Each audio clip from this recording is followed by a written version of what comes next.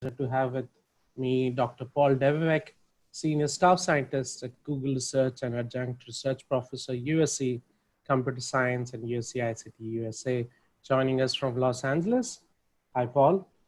And I'd like all of you to welcome Dr. Mike Semmer, Research Lecturer and Writer and a Tech Specialist in Digital Humans from Motus Lab. And he's also the FX Guide co-founder, and he's joining us from Sydney, Australia. Hi, Mike. I'm R.K. Chan. I'm the head of studio at Technicolor Film and Episodic VFX in Mumbai, at Trace VFX, and an ever enthusiast of CG, computer graphics, and the kind of work that researchers and fabulous scholars around the world have been doing.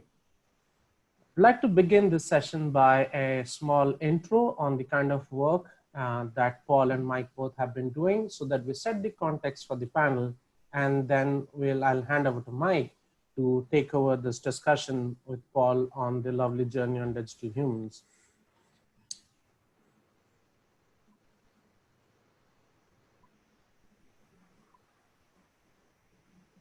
How many of you guys remember that small video clip playing down below from this little unknown movie called The Matrix?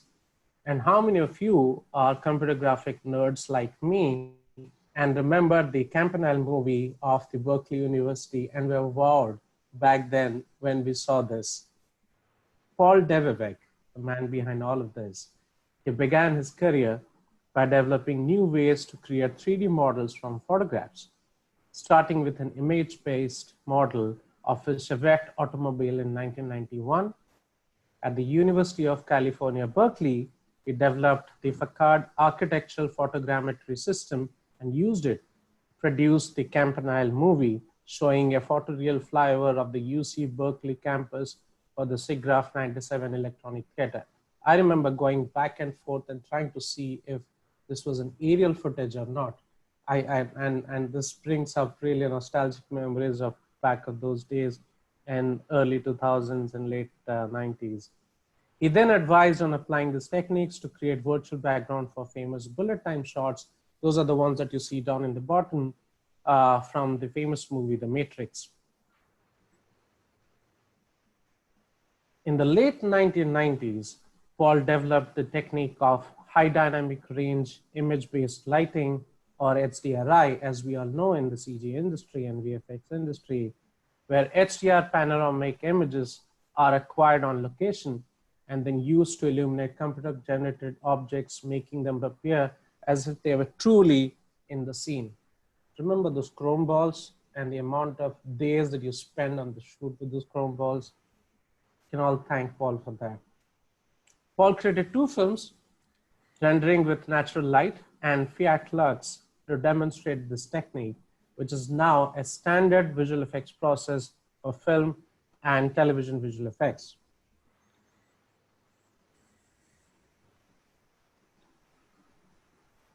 For the last 20 years, Paul has developed a series of Academy Award-winning light stage devices which surround actors with computer-controlled LED illumination, their original design to perform real-world image-based lighting on actors for photoreal compositing in virtual environments. And it is now a core technology component in the revolution in the virtual production techniques of today's world. Light stages have also been applied to digitizing human facial appearance in high-resolution facial scanning. Some of you guys in the audience from India might remember a movie called Robo. And Paul, you do remember Robo, right? And the scanning that was done back then.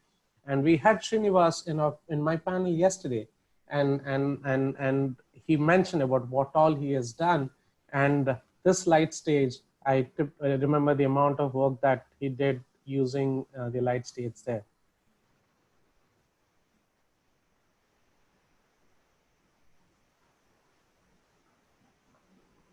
High-resolution light-stage facial scanning enabled in 2008 Digital Emily project, demonstrating one of the first photoreal digital actors, and in 2013 Digital Ira, one of the first real-time photoreal digital actors.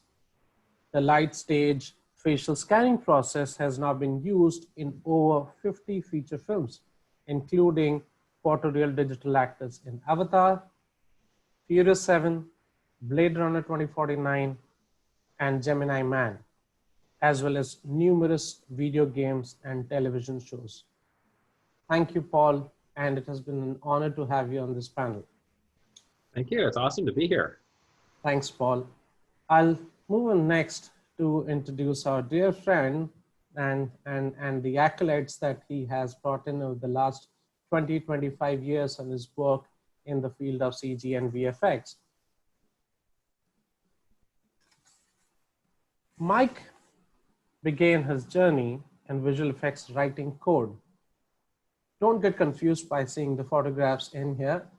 He has background in other adventures as well that you can very well see, but he then worked as a compositing artist.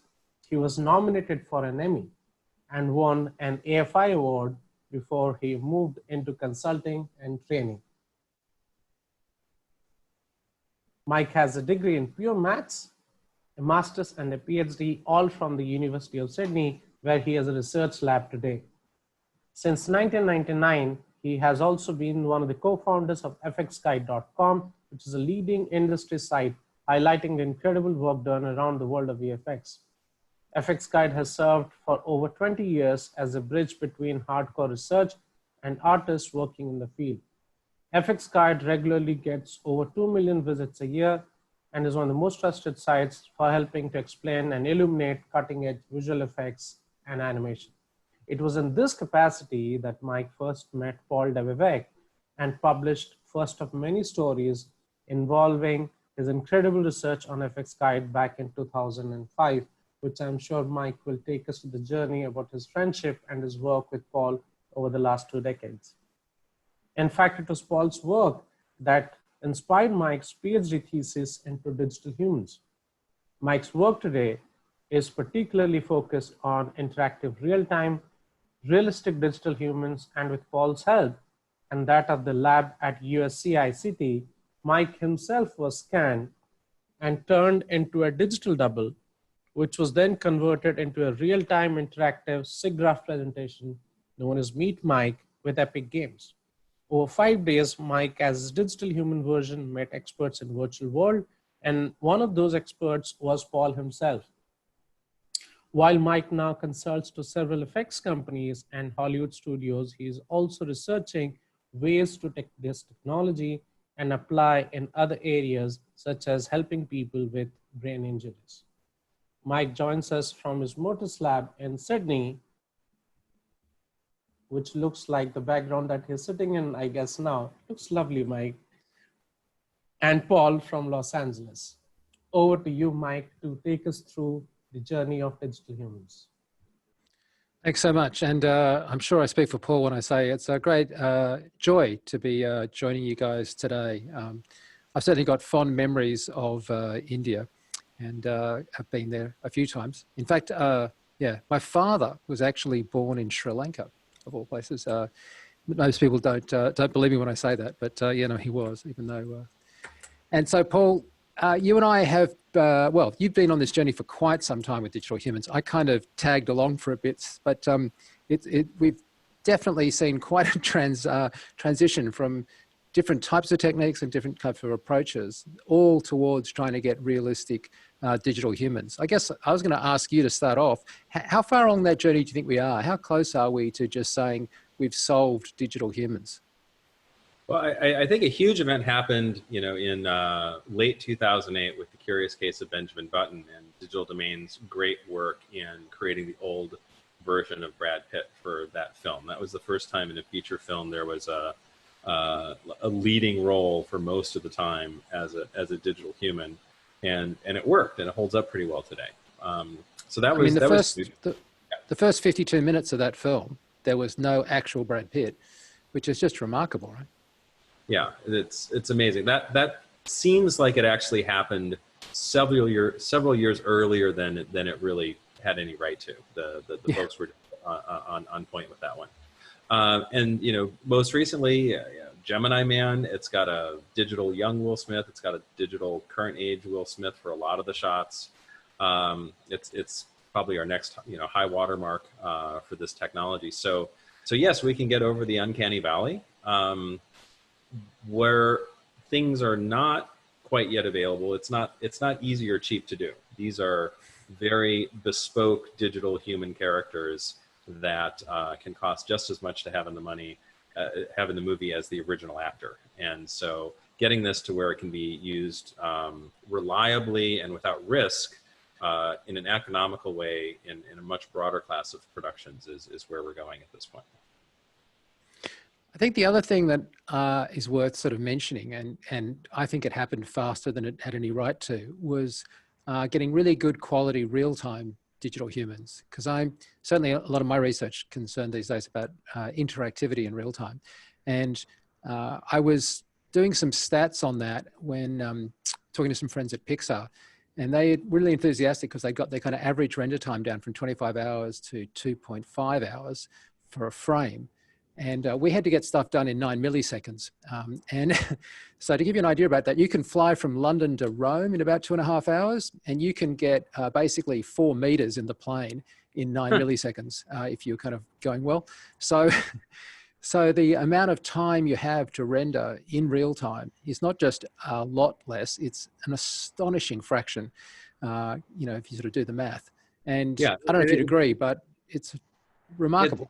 Absolutely remarkable. And it just pulls your head out of thinking, like, you can't think of the problem as being a particularly hard one because you don't have enough cycles to solve a hard problem or to render a hard thing. And that's something I think always is helpful, is if you can just briefly not let yourself imagine that the problem is hard. Everyone thinks it's hard. You think it's hard. You just put yourself in a different brain space. You don't let yourself think it's hard.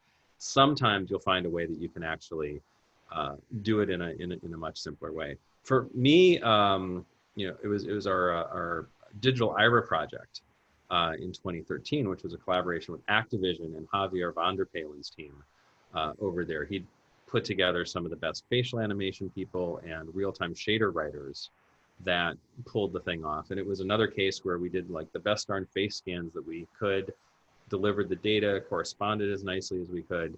And then when we saw the first renderings come back, and just had to ask several times to be sure, wait, this is real time? This is, oh my God. So I don't think every video game has photoreal characters in it. Particularly like when you're actually in gameplay, they tend to be a bit lower resolution. It's nice if you can have your entire PlayStation 4 just looking at that one asset. And once you're in a huge environment, you kind of have to dial it back. But hey, PlayStation 5 is on the horizon, and I'm sure there are people who are working very hard at making sure those faces look great all the time. Yes.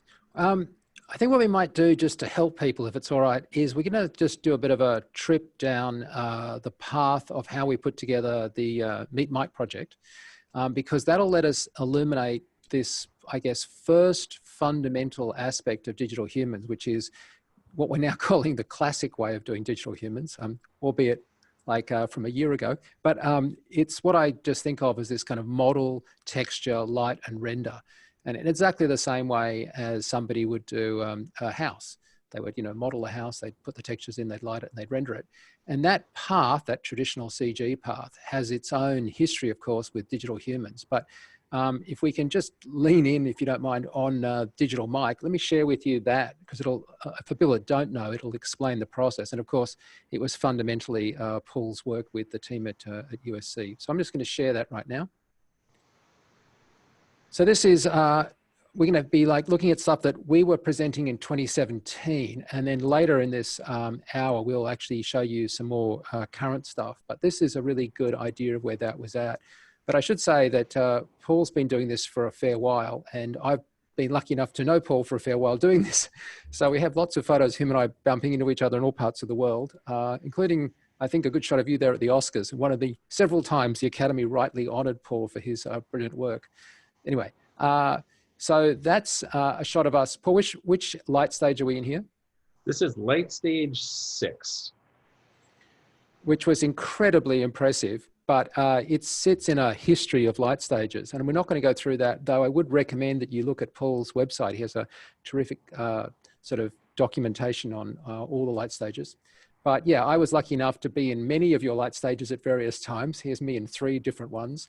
And I kind of lose track almost. But the thing that happened is that we were involved in this group, some of whom are in the top right corner there, to put together a sort of a wiki-human, digital human project where we would allow the community to take the data of scanning my face. And so our good friend Chris suggested me because people knew me and they thought, well, you know, let's use Mike. And so there we go. And so I think that's down the bottom there. That might be at your new company, Paul, I think, not at USC. But anyway, so this is what the project was, the classic pipeline of modeling, texturing, lighting, and rendering. And so for those of you that don't know and or haven't maybe thought about it, there are 3 aspects to a digital human. We have to make a digital human. We have to make that digital human move, and then we want to render it or produce it as a footage that someone can look at. So let's have a look at that now. So that was a shot you'd have seen before. Paul, do you want to explain what they're looking at here? Yeah, you're sitting inside Light Stage X, which actually still runs at USC Institute for Creative Technologies in Los Angeles, and it's the flagship facial scanning device. You're surrounded by 346 bespoke LED light sources. These are using the white LEDs. It can actually do 6 other spectra of illumination as well. But it's about to do a face scan, in which point it's going to light you with a series of lighting patterns that kind of concentrate the light into different cardinal directions, up, down, forward, back, left, right. And for each of those, it'll take 2 photographs, one that's polarized and one that's unpolarized. We have different polarizers on the lights that can turn different LEDs on, and we have fixed polarizers on the camera in a vertical orientation. And essentially, this allows us to image your specular reflection and your diffuse reflections independently, which has a bunch of advantages when you're making a digital human. So there are 2 things that the light stage is really giving us here. Firstly, because it's taking my photo with different cameras and stuff, it can obviously reproduce my head, and we'll go into that in a fraction more in a second. But it's not just a still of me in one position, it's building a model of me that can be animated. And so while you've got these multiple views that Paul was just referring to, in fact, get me doing multiple different facial expressions. This is just a subset of the embarrassing poses that I did. Did you have a kind of a standard set or a number of these? And do you want to explain what these facts things are, Paul? Yeah, I think we went even more extensive for you because this was sort of like an academic research data set. But when we first collaborated with Image Metrics in 2008 for the Digital Emily project, you know, they had some really top-end facial modelers and riggers. And so they had a set of 30 different facial expressions that are based on, in part on Paul Ekman's facial action coding system, just trying to isolate different muscle groups. Then you can combine those to make the different emotions and mouth shapes that you might need. And we still to this day, call that a Digital Emily data set. So we gave you like the executive Emily data set, I think. Okay, and so this is a really interesting picture because it shows one of the properties that of why Paul was talking about having different types of light and different types of polarizers. And Paul, I'm going to, if you want to talk about this in a second, I'll zoom in on just the eye to sort of explain it. But maybe you could just run through what we're looking at here. Yeah, certainly. Well, so when light hits a human face, some of it will end up getting absorbed. We don't reflect back all of the light. But the light that reflects, one of 2 different things happen. It either reflects right off the surface without going into the skin. And that's the specular reflection or the highlights or the shine. It stays the color of the light source. And it's a view-dependent effect as you view the face from different angles. It also happens to maintain the polarization of the light. So if you send in polarized light, the specular reflection will stay polarized in the same direction as it reflects off. The basic, texture map of the face, or the albedo, the skin coloration, is the result of the light that gets under the skin and then bounces around a little bit. It will go through multiple scattering and somewhere within, you know, 0 to 1 millimeters further away from where it came in, it will reemerge in some random direction, and it will have lost its polarization, and it will have picked up the coloration of the skin. And that can be, you know, different, you know, browns and reds and pinks and all sorts of different skin colors that you'll see there, some even on the same face. So normally when you take a picture, you're getting a mix of the specular and the diffuse. It's very helpful, you know, just like if you're recording a rock band, you might want to have the guitar and the drums and the vocals on separate tracks if you're going to try to remix them later. It's great if you can get the specular and the subsurface components on separate tracks and separate images if you're going to then try to render the face in new lighting conditions. And there's another really nice effect, which is the specular reflection has a lot more detail about the skin pore structure. Since it doesn't blur out due to subsurface scattering, you can actually measure the shape of the face quite a bit more accurately. And that's how our face scanning process at ICT measures the face down to sub-millimeter detail. So looking at this picture now, what we're seeing is, zooming in on the previous picture, you're seeing that skin detail. And if I go in one more level, I think this is really informative, because the normal picture that just you would think about if you took it on an iPhone, on the left there, has obviously the spec and the diffuse. When you split them out, you'll see, if you look at the eyeball, there is no highlights on the eyeball, because those highlights are, of course, specular highlights. And that's exactly what gets isolated into the spec and not appearing in the diffuse. And similarly, I don't look like I've got many wrinkles in the diffuse, because that kind of stuff that I perceive as wrinkles is to do with how the surface is sort of, you know, being with age, changing. And that's really something that we're getting from the spec. And so when you only look at the diffuse, you of course don't look like you have wrinkles, which is why many people wear makeup, because they get out the sort of the dusting of a foundation and it removes specular highlights, and voila. So if you ever asked at a dinner party why people wear makeup, the answer is absolutely contained in Paul Debevic's SIGGRAPH paper. Okay, so moving on, that is just put together a head, and that head has to have some more work done on it, but we're going to get the textures out. We don't just get the model. But having said that, the model that we get out is a marvelous model, but we're going to get those models out, Paul, aren't we, for each of those expressions. Mm-hmm. And so we get the texture, and we get the models out. And then, Paul, what are we going to do? I mean, what's the stage that happens after that? Because we need to sort of connect these up. Yeah, since your face moves around, each one of the 3D reconstructions that's done from the 8 cameras that we have, and something that's similar to a basic photogrammetry process, it then gets refined using the specular surface orientation information to get the sub-millimeter detail. But they're not topologically consistent. These meshes are made out of triangles, but the triangles end up in all different orientations around the face, depending on which scan it is. And what we want to do is make it much easier for animators to blend from one facial expression to another, or even take linear combinations of 3 expressions over here and 2 expressions over here. So they need to be corresponded onto the same space. And this square image that looks like something unfortunately rolled over you at some point. Roadkill, Mike, yes. It's probably your neutral expression, and it's just kind of laid out by an artist into a standard configuration. And then there's a process wherein we have to take all the other expressions and get them lined up so that they lay into the same place, except the texture map will be different. It'll show some of the blood flow in the face because you've squished a cheek up here and then the coloration changes. Each one of these will also have like a normal map, a displacement map, a specular map that goes along for the ride. And those will show off the different wrinkles when you go into the different expressions too.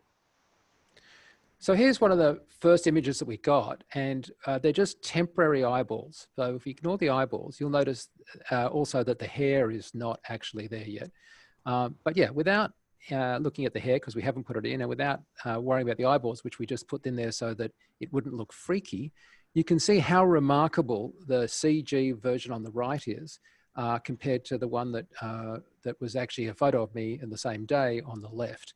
And Paul, you must have, at some point first seen one of these and just been staggered yourself at how well they've come up, because I've got to say, this is really, to me, near magic how well these maps and obviously the samples have been done, and they're very mathematically accurate.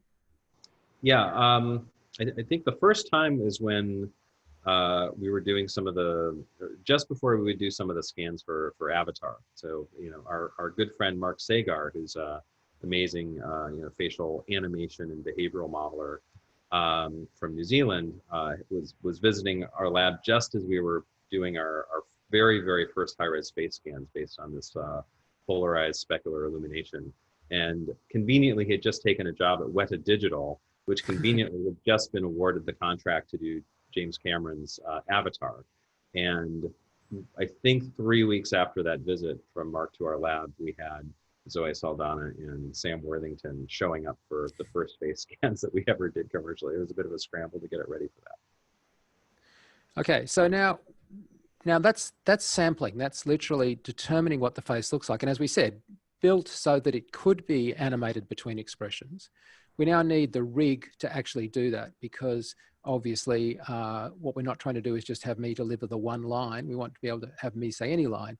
And so you end up with an underlying head rig. And so the head rigging is, I think to this day, one of the least appreciated parts of the process. The rigs and how the rigs work is, we'll give you an idea.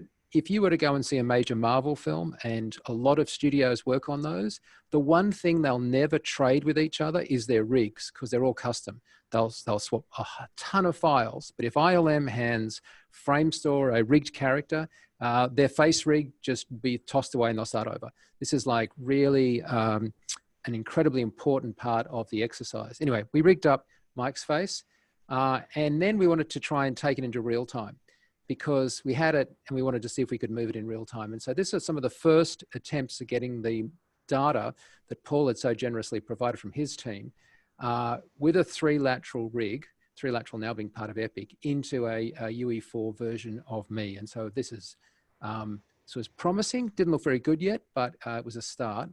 And then we got it actually working.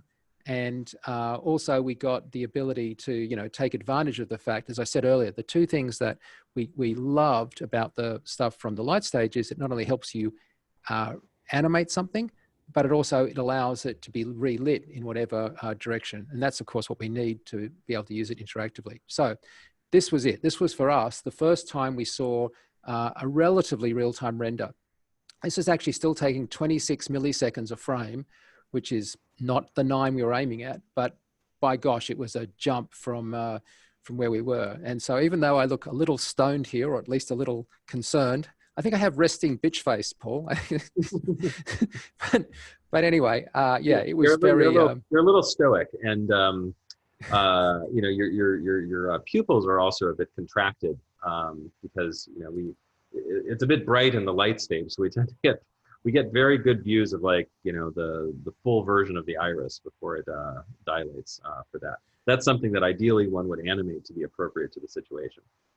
Yes, yes. And in fact, I got my eyeballs done by our friends at Disney Studios Research in Zurich, who did exactly that. They modeled my eyes with different forms of illumination. And I don't have those images here, but if you saw them, they look a lot like, I don't know if anyone's seen the movie Clockwork Orange. That's probably the closest approximation. I was like, my wife thought I'd been in a car accident. Anyway, now we need to drive that rig. And so there are various forms of head rigs. This was the first one that we prototyped. It's actually got 2 cameras at the front. And this is now nothing to do with producing a digital version of my face. It's now trying to interpret what my face is actually doing so it can drive the rig. And there are many solutions from this, cubic motion, faceware. You can even do it on your iPhone now. And depending on which one of these you use, you get a lot more fidelity and a lot more accuracy in being able to drive that underlying rig. Yeah, and this is really one of the huge achievements of the Meet Mike project, is to not only render the face in real time, but to drive it in real time with live performance, which hadn't been done before with light stage data. Yeah. I should also point out that the guys wanted me to shave my head because 75% of the geometry was my hair. And they were like, can we get rid of it?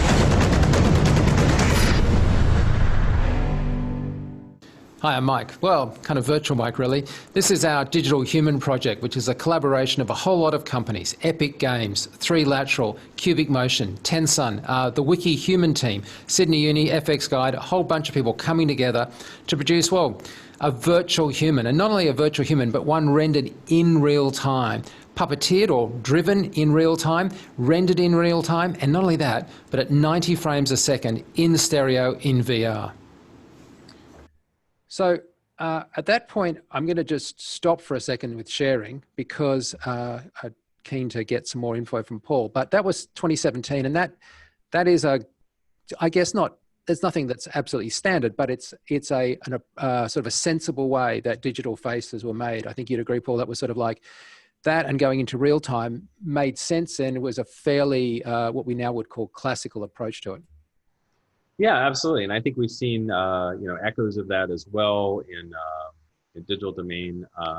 Did the Digital Doug project for the TED conference, where they also added in body capture as well, so you could actually walk around and puppeteer a photoreal version of yourself in real time. We've seen some of the game studios demonstrate versions of very realistic characters that are done from high quality scans done in real time as well.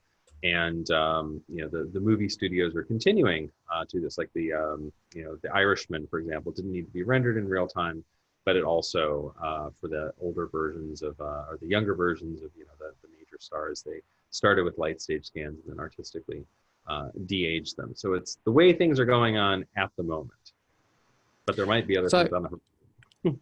Yeah. So at this point in time, we really have kind of two sort of new paths that we want to discuss with you guys. The first one is, not in any order, I should add. The first one is, hey, can we try some different approaches to this, which is the non-classical approach?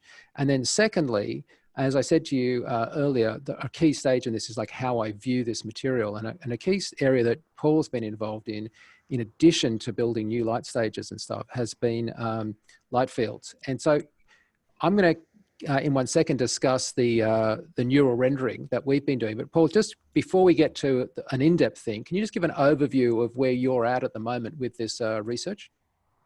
Yeah, I've been fortunate since joining Google a few years ago to get to work on with some very talented people and larger, more distributed teams on things that are some extensions of both the work on the light stages, in particular, applying those to full body relightable capture, that's multi-viewpoint, as well as a project that's more focused on the environments that you might want to put your virtual actors in and then see in virtual reality, which is based on light fields and light field video. And, the light stages still have an array of light sources, and they're getting more and more cameras to them. Light field rendering and capture is interesting because it generates novel views of a scene that lets you do virtual camera moves throughout, based directly on images, even without explicitly going to a 3D model of the scene. So it's a very image-based approach. Okay, so what we're going to do now is I'm going to show you a bit of stuff about neural rendering. Then we're going to come back and look at Paul's relighting project, or relightables project, which is astounding. And then show you how those two may, in the future, be connecting up with new forms of virtual production. So if you'll indulge me for a second, I'm just going to go back to my slide deck and show you a couple of things. Now, the first thing is an example of neural rendering that you might think of as being something like deep fakes, but we don't call it that because that's just one minor application of it. I'm Sean Bean from Lord of the Rings and Game of Thrones and The Martian. I think this is brilliant. This is unbelievable, isn't it? I'm an actor, but also I support Sheffield United, the Blades in the UK. Actually, I have a tattoo on my shoulder that says 100% Blade. Blade's the nickname of the Sheffield United football team in the UK, and I'm very proud of that. I'm very proud of the team. I think they probably are the best team in the world. Yeah, definitely. I'm very proud of them. Can I get a cup of tea, love? Yeah. No, mug's fine, yeah. Just don't chuck it. Thanks. Okay, so the thing about that is we never built a model of Sean Bean's face. We certainly could have done a better job at picking the actor that was playing him there, but and it's obviously limited by my ability to produce an accent. But the point is, the computer is inferring what Sean Bean's face would look like under the lighting conditions that my face was under, at the angle that my face was at, with the expression that my face was at. And unlike what you've seen up until now, this inference is basically like a good guess. And a good guess, when we say, hey, here's a bunch of pictures of Sean Bean at different angles, in the way that you might say to an artist, learn by looking at this model and then paint me a version of that, that figure from maybe a different angle in a different location. And in exactly the same way that a painter would, maybe if they were very talented, be able to do that, the computer is not building a model, not texturing it, not lighting it, it's just inferring it. Now, that means there is no 3D data that we're feeding it. We're feeding it a bunch of training data. And of course, this is the world of machine learning, or AI, I tend to call it machine learning. And so when we take this technology, we are doing something very different from what we've done before. So I'm going to play you one more quick clip that'll show you a different application of the same thing, which is de-aging. So I'd like to go back about, oh, I don't know, 3,752 days when I looked like this. This is the younger version of me, and it's based on some footage that we had of me 10 years ago. In fact, here's a still of what I looked like 10 years ago.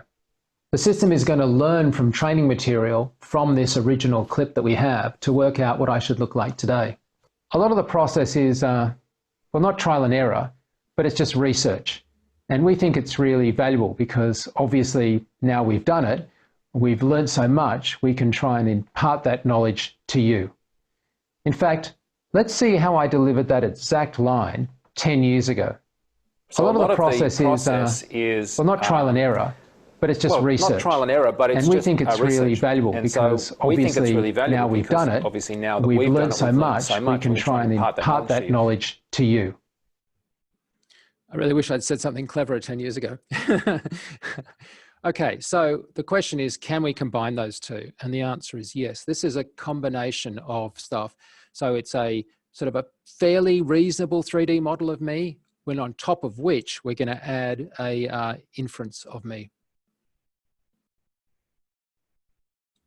This is a hybrid version of technologies that we've seen before, but never combined in such an interesting way. What you're looking at is a GAN, actually it's specifically a pagan GAN, that's running on top of a digital version of an avatar of the operator. So let's break it down. What you're looking at is a person in a sort of computer graphics standard head rig and a body capture suit, which you can see here. This is the original source, and that's feeding a digital avatar, which is being rendered in a real-time engine. And then on top of that real-time engine, we're applying another layer, which gives us this final quality, which is using machine learning and a GAN. So it's a hybrid of what you might consider to be a traditional computer graphics digital humans pipeline with the sort of cutting edge leading technology in generative adversarial networks in producing this final hybrid image. So that was coming out of work we've been doing with PinScreen, which in turn is something that's come out of Paul's old USC ICT mecca. I actually was lucky enough once to have a 2-week internship kind of thing at ICT. It was like me and a kid in a candy store. It's just great. But yes, Hal Lee, who headed up that project, followed Paul in that area. But I'm going to stop now because that's where we're going. We're doing this hybrid stuff. But now Paul's separately been doing phenomenally interesting work. I'd like you to talk about that if you could, Paul. I'll unmute. Yeah, a couple of things here. So let me show a little bit about what one of the projects we've been working on at Google. And let's see if I can do the thing where I'll optimize here. Do we see another screen over here, hopefully? Yes? Yes, sir. All right. Well, let's see. This is going to be a glimpse of the latest light stage that I know that's been constructed at Google. We had a certain amount of space for it, and originally we were just going to kind of basically build a copy of the USC ICT light stage. And then we realized that we were kind of just incapable of doing that because we had to try to do something that we learned something new from. And so we actually tried to build it just enough bigger that we would be able to capture both faces and bodies. So this system here has 331 light sources. It's got 2 sets of LEDs, one that can just illuminate faces focused at the center, one that's for lighting the entire body. And then it also has cameras, some that are on the face, some that are on the body. And then another really magical thing happened, which is that a year after I joined Google, Google acquired a company called Perceptive.io, which was working on volumetric capture systems, and in particular, kind of very high quality custom depth sensing algorithms and hardware for that. And so our teams collaborated to make this volumetric capture system called the Relightables. And what you can see, one of the project leaders here is Christoph, and he wore his very, very best t-shirt and jeans for the day to get recorded in the light stage. And what we're going to be able to do is take a 3D model and put it into different environments. And something that's different than other volumetric capture systems is we don't just put flat lighting on the subject. We actually bounce between 2 different lighting conditions very quickly. Fast enough, in fact, that it can be imperceptible to the person who's in there. And we're seeing those 2. We call them the color gradients. And the 2 color gradients basically light you up to kind of look like a surface orientation map or a surface normal map. One of the gradients has red light, blurry from the right, green light from above, blue light from the front. The second one reverses that with red light from the left, green light from below, blue light from the back. These 2 lighting conditions, if you sum the images together consecutively, it looks like it's just white light from everywhere. But if you subtract one image from the other and divide by the sum of just pixel value for pixel value, you actually get a surface orientation map. And that helps us improve the quality of the geometry, a lot like what we could do with our facial scanning system, but with many fewer images. And also to provide photometrically measured surface normals, which are better for relighting. So what we'll see in a second here is that Christoph is going to get meshed. Some very good meshing algorithms here.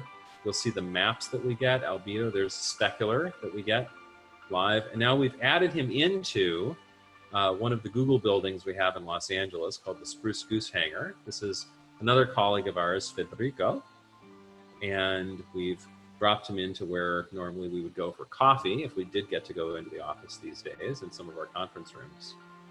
And we'll have a few more examples. So these are rendered in V-Ray. This is Jay Bush, who's been a member of our team on the light stage for over a decade. A newer team member, Matt Whalen here. And you can just basically change the lighting in the scene and get pretty good relighting with decent, skin luster and such. It's not as high quality as like a digital Will Smith that you'd see in Gemini Man, and you can't reanimate them.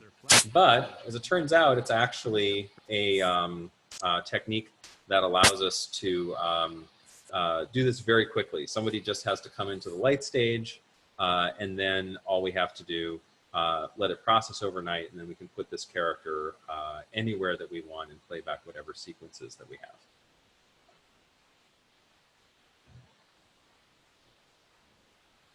The miking problem.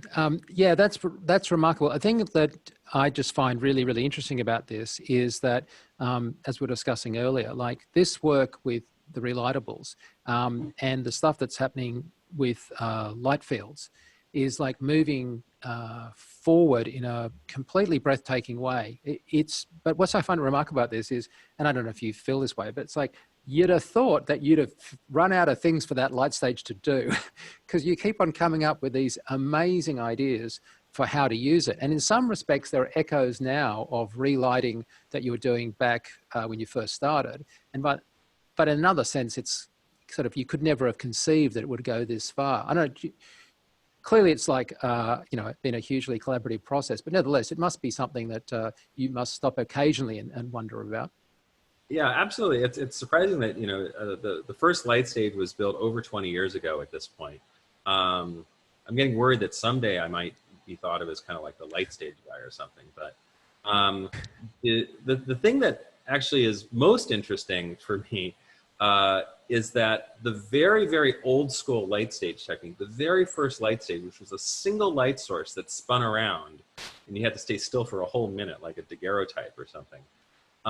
That kind of one light at a time data actually is becoming the most in-demand data for light stages right now, because it's fantastic for deep learning. Having calibrated data sets of faces where the only thing that changes is the lighting lets ML algorithms learn how lighting plays off of faces. And we had a SIGGRAPH paper last year that showed that you can take a portrait of someone and actually, through machine learning, change the lighting in the portrait, even if you've never light staged that person, even if you only have that single photo of the person, because we got enough people through the light stage that it kind of gets it as to if a face looks like this in this lighting, then it would look like that in this other lighting. And so it's like the most old school technique is getting used for the most modern graphics research now. So let me just jump back for a second. And when you were talking earlier about Curious Case of Benjamin Button, I was talking to the guys that were doing on that, and we were discussing the fact that back then we would do a light probe. We'd sample the light at a particular point, and then the character would walk out of this room into another room, and then you'd sample the light in that room. And that seemed like a great idea because, you know, image-based lighting would solve the problem. And then, you know, they were like, well, yeah, the trouble is when they're walking between the two, they're actually not correctly lit by either. And it's not just an interpolation between the two because, you know, in this room, it's dramatically different until you go through the door and then it's dramatically different.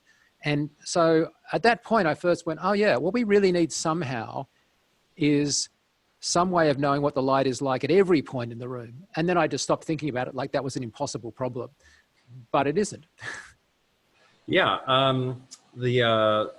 first of all, again, like the people who did the lighting reconstruction for The Curious Case of Benjamin Button, which I think was like Paul Lambert and Jonathan Lipp, who are two good people to have doing your lighting.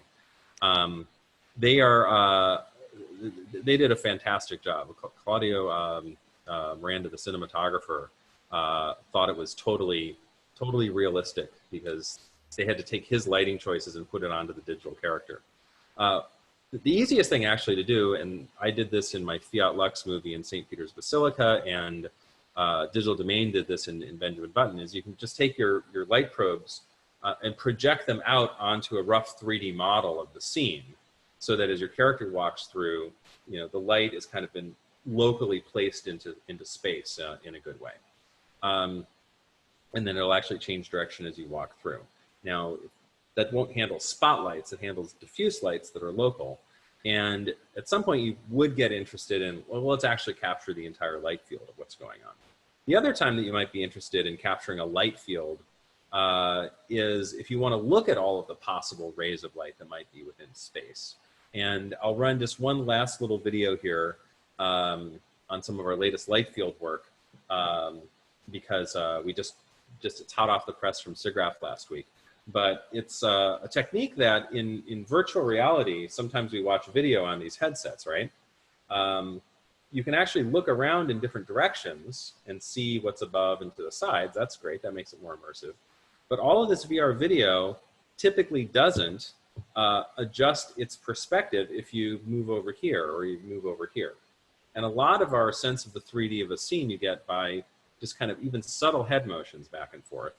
And if even a subtle head motion is not mirrored in your visual field for what is being served to you on the VR headset, at least for me, it's an instant source of discomfort and almost turns my stomach a little bit.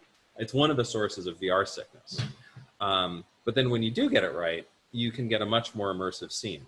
So if I can just run this other video, we actually found a new way of recording scenes for virtual reality that uses a array of cameras, and it's able to produce video for the first time where you can change the perspective after the fact. Do you see the video again here? Yep. Hopefully. So instead of just having a stereo pair where you can maybe like just look left and right, you can actually in post-production fly your camera around the scene anywhere within about a meter of diameter, which is about as far as you can lean around in a chair as you're enjoying your VR experience. And this technique, where you can see here, we're like intentionally going a little crazy on the camera moves. There's actually a downloadable demo, free to try on your VR headset if you've got a Rift S or a Rift or a Vive that actually lets you experience these scenes in headset. And I'll just show you quickly our rig.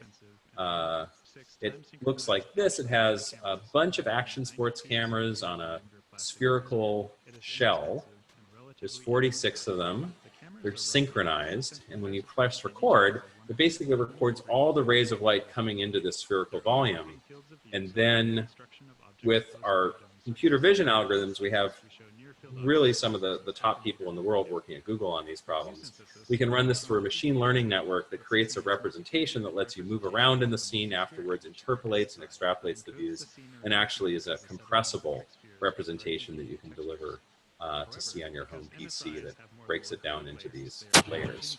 And the place where this may all come together at some point is in the area of virtual production, where you might have real actors who are actually on a set, and then this real world image-based lighting technique of surrounding them with LEDs to get the lighting right is there.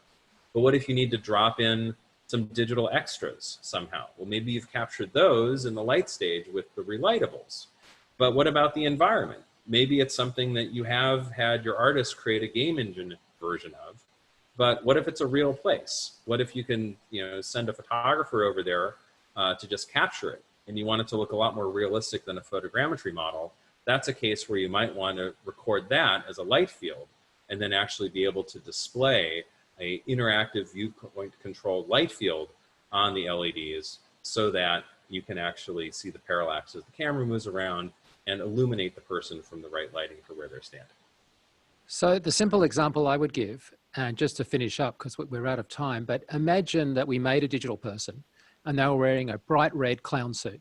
And now I should point, we can't do this yet, but if Paul's vision of this came off, we could have the notional digital character that's bright red walk, theoretically, past me in the volume. Now, of course, they wouldn't be there, but the spill, the bounce red light off their suit would actually be relevant to me in that volume. So this is taking the current idea of a virtual production LED stage and basically making all the fake stuff somehow as just a feat of math exist so that as I walked through the space, I would be affected by it. Now, that's the goal. And I don't think that it's science fiction. I just think we haven't got there yet. But Paul, final words, how long till we can, is that like a 5, 10, or is it 20-year kind of goal? I think we're going to see stuff like that in about 5 years at this point. We're definitely seeing ramping up due to the pandemic of interest in virtual production. One of the things that I talked a little bit about at the real-time conference earlier this year was the thought that if you had 2 virtual production stages and you had a scene with 2 actors, you could put 1 actor in each stage. You could get them lit the same way. You could do some motion control to translate the camera motion from one to the other, get the cameras to match. But then that photometric interaction could actually be simulated among 2 live actors. You had this great idea of like the person in the red outfit that could be like a digital character producing the illumination. What if we had, cameras viewing the actors from different directions so that you're reconstructing them in real time, and then you can actually basically display a perspective correct version of each actor? It would not only give you the illumination and maybe even some shadowing, but you could actually also get eye lines. And even though, actor 1 would see actor 2, a very large version of them far away on the LEDs, they'd be in exactly the right direction, and they'd see the facial expressions, and then they could act, and you could have 2 people be in the same scene, even though they're in different locations. So the takeout is we ain't done yet. Well, at least you're not. Oh. But I know we're out of time, and I think that, I don't know if we've got time for any questions, but we have a bunch of really, really interesting questions, but I know we are really out of time. Some of them are around the deepfake and how does the work here compare to deepfake and the democratization of face swapping. But I think that is something for another time. Mike, if it'd be a great pleasure if maybe we can have some closing statement from you, and I can wrap the session. I mean, I guess all I'd say, Paul, is the stuff that we've been talking about with machine learning and deepfakes, which we call neural rendering, is that idea of machine learning is also happening in your world, that machine learning is happening across the spectrum. And so for me, the solution is a hybrid solution that we're moving forward. It's not replacing something, throwing it out in a whole new approach. It's saying, hey, there are some incredibly interesting things we can do here. And we're just only now starting to fold those in. I'm sure Google in particular would be very much in agreement that machine learning is incredibly powerful. Yeah, absolutely. And I mean, there's certain aspects that it'll be useful for. We've been excited about the ability to there's actually machine learning behind the relatables in terms of how the depth is computed and such. You can whenever there's a tricky to do algorithm that you can just kind of show the computer what the answer should be in enough cases, it'll just kind of figure out how to extrapolate it, and that's a useful thing. I think that these techniques that use machine learning to render faces and generate the pixels rather than a rigged, textured, animated model, I mean, those will get used in movies and TV shows very soon. Most of the major visual effects studios have a crack team that's trying to play with the tools as they are and figure out how to make them useful in production to increase the quality, and then to put those artistic controls that people are going to want as directors ask for changes to be made. So I'm sure that within a year, we'll see the first of these kind of machine rendered faces showing up. They'll be for background characters first, or not that big. And then at some point it might be, the lead characters in the film. And, my cheekiest remark on this is that at some point you just have to take all the scripts of all the movies that have ever been made and the MP4 files of the movie. Then you have the computer learn the relationship between scripts, .txt files and .mp4 files. You have a new script, a new .txt, you put it in, and then it gets out your .mp4, and you can release it in your theaters at that point. That's amazing.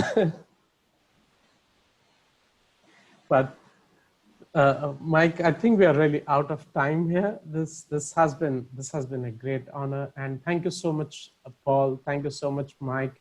I'm sure we will have an occasion again to carry forward this discussion. And I would like to thank CII and like to thank the entire audience for giving us this occasion for this lovely morning chat from Mumbai, Sydney, and Los Angeles. So signing off. Thank you so much, Paul. Bye. Bye, Mike. Thank you for doing this. Thank you.